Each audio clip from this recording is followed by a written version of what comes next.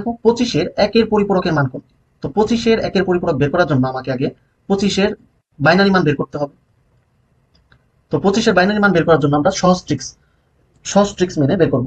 অনেকে আমরা পরীক্ষার হলে 25 বা যেটা দশমিক মান থাকে সেটাকে ভাগ করে বাইনারি মান বের করতে যাই, এতে অনেক সময় হয় এবং সময় নষ্ট হয়, অন্য এমসিকিউ দেওয়ার টাইম থাকে না। তো আমরা খুব সহজে বের করতে পারি ডিজিট ব্যবহার করে। তো 25-এর জন্য কয়টা ডিজিট লাগে আমাদের?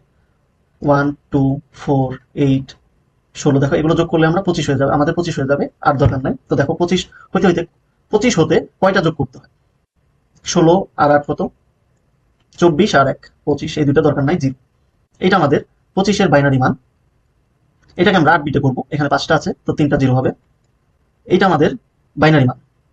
এখন এটাকে আমরা কি করব? একের পরিপূরকের মান বের করতে বলছি, অর্থাৎ একের পরিপূরক করতে আমাদের কি করতে হয়? বাইনারির মানকে উল্টাই দিতে হবে। 0 থাকলে 1, 1 থাকলে 0। তো আমরা উল্টাই দিই, 1 1 1 0 0